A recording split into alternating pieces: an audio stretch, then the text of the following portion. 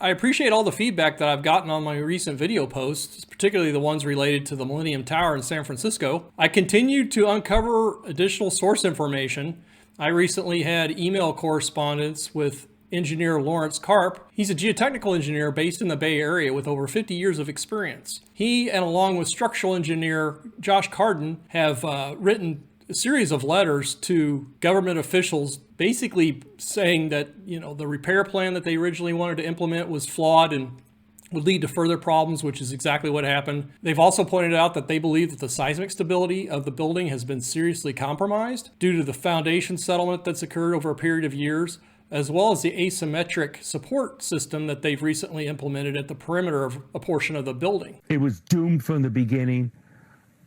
Writing this report was like shooting fish in a barrel for people that know what they're doing. So the idea for this video came from this additional source information, as well as many of you commenting that you saw parallels between the Titan submersible disaster, particularly as it pertained to Stockton Rush, to the situation here with the Millennium Tower.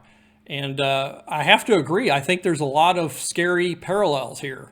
So I'm going to go through all of it. I'm going to give you the background information and just give you a quick synopsis of the Titan issue as well as the Millennium Tower issue and where I think this is going to go from here. So I mentioned engineers Carden and Karp. They're well-respected engineers in the Bay Area of California, extensive amount of experience, over 50 years apiece as professional engineers, and they've written repeated warnings to government officials about this whole situation with the building. And consistently, building officials, the developers, everyone involved with this project has consistently ignored their concerns and their advice. So as I mentioned, Karp and Carden wrote these letters to San Francisco Board of Supervisors expressing their serious reservations based on very good technical experience and observations that there should be a series of recommendations implemented to ensure the safety of the building. The first one being a repair plan that was symmetrical and involved installing micropile throughout the full foundation of the building. Of course, as we know, that was ignored in favor of a perimeter piling plan that devolved from 52 pile to only 18 pile. They've also expressed other concerns. So Karp and I had an email exchange a few days ago where he was kind enough to answer a series of questions that I posed to him about the whole history of this project, as well as really important technical aspects that I saw. So in broad strokes, Karp and Carden are, in essence, whistleblowers. They're raising concerns, valid concerns, I believe, about the safety of this building due to a variety of reasons. Now, if you saw the thumbnail, I'm relating it to the Titan submersible disaster, and that's because in a similar fashion, this individual Stockton Rush, who ran this submersible company, he ended up being killed along with 4 passengers on June 18th of this year. And there's a consistent history with him prior to this disaster of him ignoring experts in the field who raised valid concerns about the integrity of his design, the materials that he used, the lack of certification, the lack of independent review about the safety of his vessel. He deliberately structured things so that he was operating in international waters, so he was outside the jurisdiction of any given country. So a lot of, quite frankly, shady things that were going on. So I'm going to let you draw your own conclusion about the parallels between the Titan submersible disaster and the whole situation with the Millennium Tower. But I'm going to point out some factual things that I think are quite compelling that lend support to this type of comparison. If you're new to the channel, welcome. If you're returning, welcome back. My name is Casey Jones. I'm a geotechnical engineer with over 36 years experience. I've worked throughout the country as well as overseas.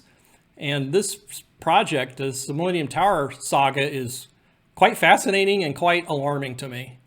And I know it is to many of you too, based on the comments that I've received. Also, in answer to some of your questions, I am not related to Billy Bob Thornton, although we haven't been known to be in the same location at the same time, so for whatever that's worth. So one of the things that was particularly interesting to me about Lawrence Karp's response to me, to my email questions, is that he gave a detailed interview in the past to CBS 60 Minutes regarding this whole situation, how it developed, what needed to be done. The developer, according to Karp, threatened CBS with a lawsuit if they aired that segment. And CBS declined to air the segment. So in a similar fashion, Stockton Rush, he had a former employee who expressed grave safety concerns about the material, everything about the design and operation of the Titan submersible. He was ignored, criticized, fired, and then sued by Stockton Rush. And it turned out that the warnings that were provided to Stockton that went unheeded are exactly what happened.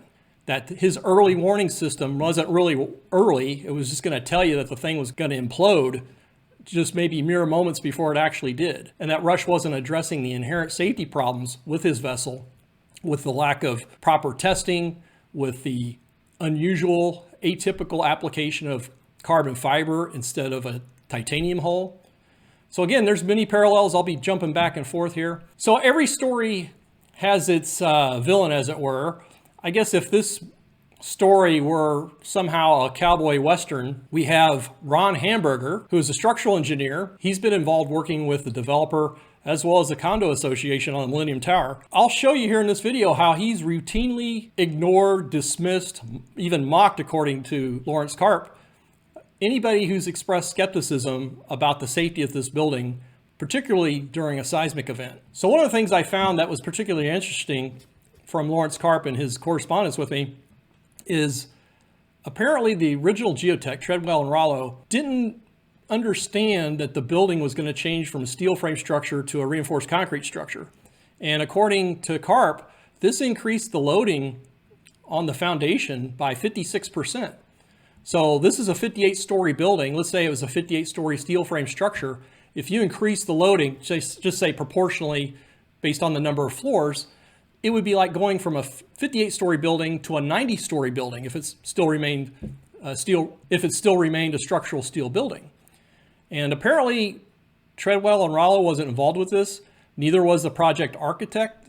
This was all handled between the developer and city building officials, according to Karp. And the evidence I've seen online indicates that is the case. So going back to, there's really two letters from Karp and Carden, one in 2019 and one in April of 2022.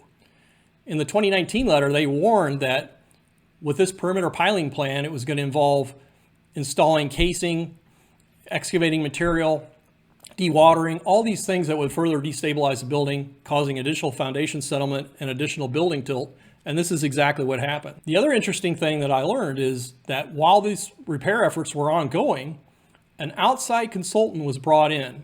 And according to San Francisco supervisor on the Board of Supervisors, Aaron Peskin, the developer promised that this outside engineering firm, Dan Brown Associates, would remain on site for the duration of the repair work. In other words, they would have a representative to observe what was going on. And after Dan Brown Associates expressed some concerns about the removal of soil and the dewatering and other aspects of the construction, they were barred from ever going back to the job site to observe these things firsthand. Now, there's a lesson here, I think. Our investigative unit has learned the outside firm hired to monitor the construction project to fix the problem is no longer allowed to observe the work in person. The de facto ban comes after the monitor found problems with some of the drilling and excavation.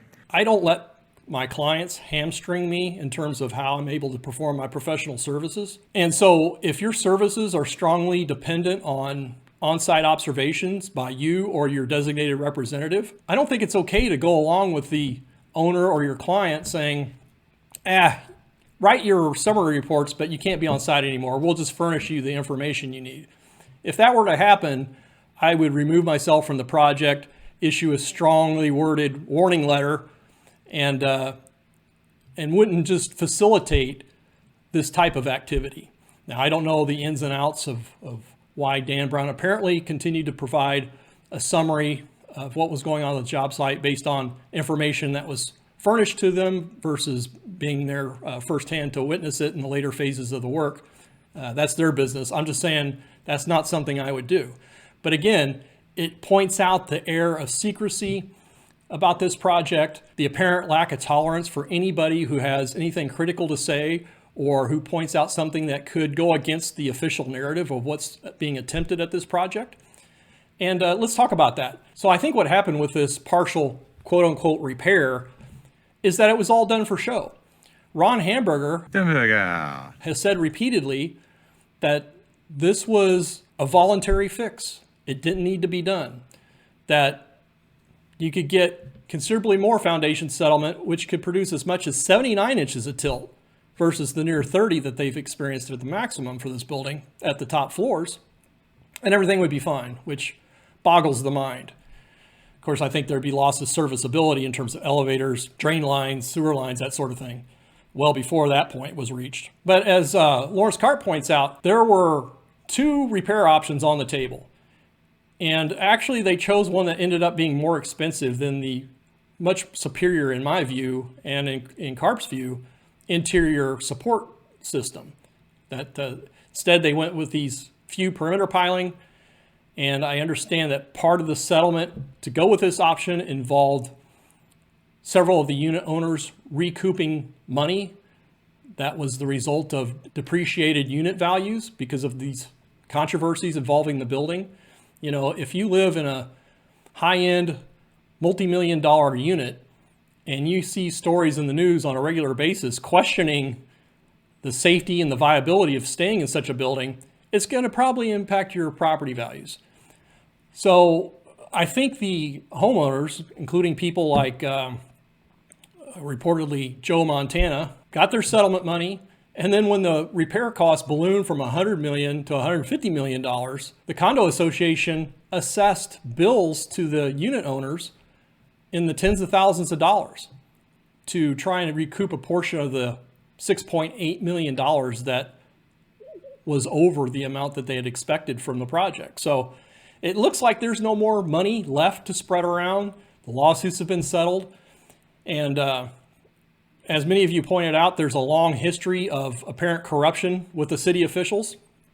The former head of the Department of Building Inspection resigned under a cloud of suspicion involving corruption charges. According to Lawrence Karp, the people responsible at the city for doing the technical review of these repair plans weren't qualified to do so.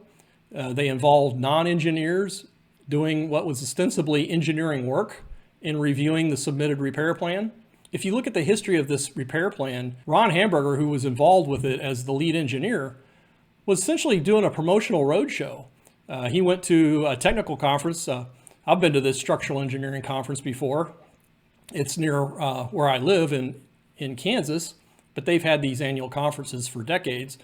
But he came and gave a presentation, apparently, talking about the repair and what the objectives were. And he admits that this repair plan was done primarily for the unit owners to recoup property values. Now, the thing that really concerns me is that Karp and Carden have expressed grave concerns about the condition of the piling connection between the top of the pile and the foundation slab, or the 10-foot thick mat, due to the tilting and rotation of the foundation slab. So if you have part of the slab that's settled several more inches than another part of the slab, and if the slab is truly rigid, which would need to be distribute the loads to all the piling in a uniform fashion, you're going to have portions of the slab wanting to pull upwards from the top of the piling in tension. Karp and Carden recommended that access ports be created such that someone could go in and visually confirm the condition of the pile head foundation slab connection to make sure it's in fact intact.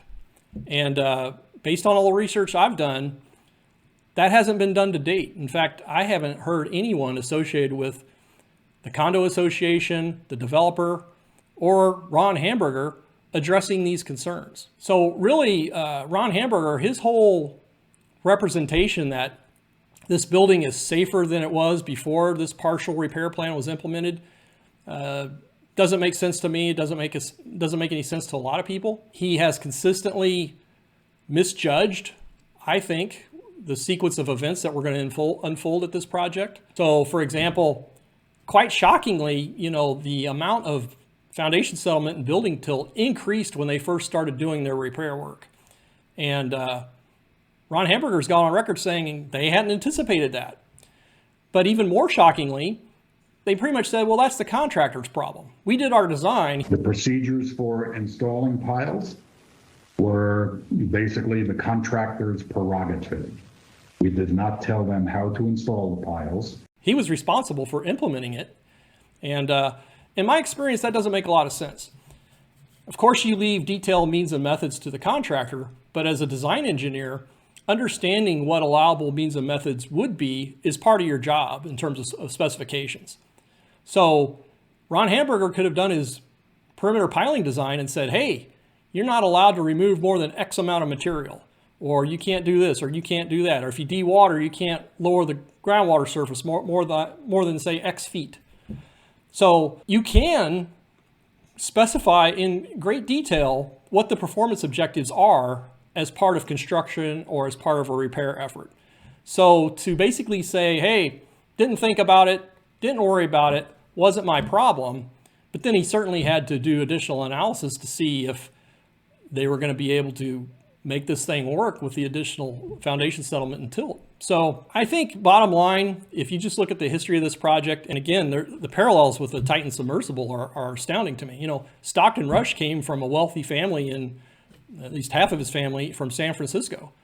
And, you know, there seems to be a sense of entitlement that permeates these kind of situations where, hey, I'm the expert, just trust me.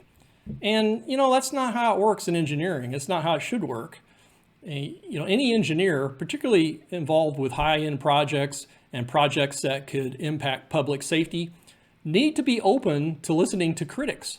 And they need to examine what they've done and to make sure they haven't made a mistake in judgment or calculation or assumptions about the underlying conditions. You know, Ron Hamburger has done a sophisticated analysis using finite element and other computational methods to apparently satisfy himself that everything's great. The problem with such analysis is that they depend on a lot of assumptions. I mean, you can have a highly sophisticated program model or computer model, but it's still based on some assumptions, because you can't know in advance all the conditions. So for example, there's clearly some assumptions about the quality of the pile head foundation mat connection. And you know, if there's cracking in the existing foundation slab, which has already been documented, do you know where all the cracks are? Do you know how big they are? Do you really understand how the building's going to respond to a large magnitude earthquake? So in 2014, Ron Hamburger assessed the impacts for the settlement of the foundation slab as well as the building tilt at that time and how that situation was going to be impacted by a large seismic event. Now, he talks about the maximum credible earthquake, which is what the code uses apparently to assess the earthquake loading on a structure. And it's not the largest earthquake that could occur, but it's the largest earthquake that's likely to occur. And even with that, he's saying if the building were designed to applicable codes and the selection of the maximum credible earthquake magnitude was accurate, there's still a 10% chance of building collapse, which is quite alarming. And even if it doesn't collapse, it's likely there'll be so much damage that no one could ever live in that building again. It'd be beyond repair. So this was in 2014 before the partial repair plan was done. So now you've got even more concerns about how this building will perform during an earthquake because of the asymmetric nature of these 18 pile on just one corner of the building. So really you have sort of this love triangle between the developer, the owners, and their repair design engineer, and it's all been formulated to try and increase property value and nothing to see here, move along, let's get this story out of the news. Of course, the building's subject to ongoing monitoring just to see how this is going to shake out, which really doesn't address the potential seismic impacts.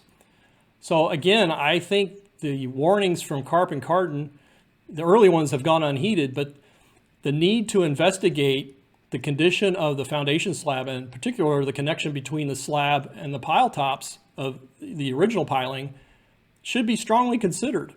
And you know, there's a long history. What got this project in trouble to begin with is there was a geotechnical design. Apparently, the geotech designer didn't know that the building loads were going to increase dramatically. You know, that's another lesson. If you are engaged as a geotechnical consultant, in your proposal and certainly in your report, your deliverable, you specify what your understanding is of the project in terms of project size, you know, height, foundation size, loading. You qualify your analysis because otherwise they mean nothing. And essentially you're getting, in this case, the developer is getting a blank check more or less just to do what he wants because there's really no accountability.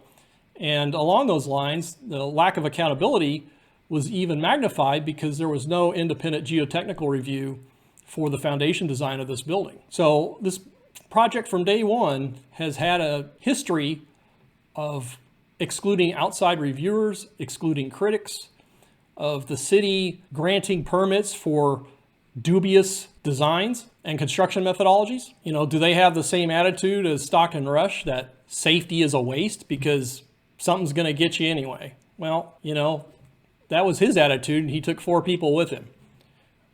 You know, the casualties and fatalities associated with a building collapse of a structure of this size would be horrific. You know, I think it was Socrates that said, the unexamined life isn't worth living. And I think there's a corollary there for engineers. You have to be subject to examination. You have to articulate the basis for your design, and you have to respond in an open-minded fashion and an honest fashion to critics on important projects. And again, this hasn't happened in my view on this project to date. So that's the update video for today. Again, thanks for all your interest, all your engagement. If you have any thoughts or comments, please drop them in the comments section, and please stay tuned for future videos. Thanks very much.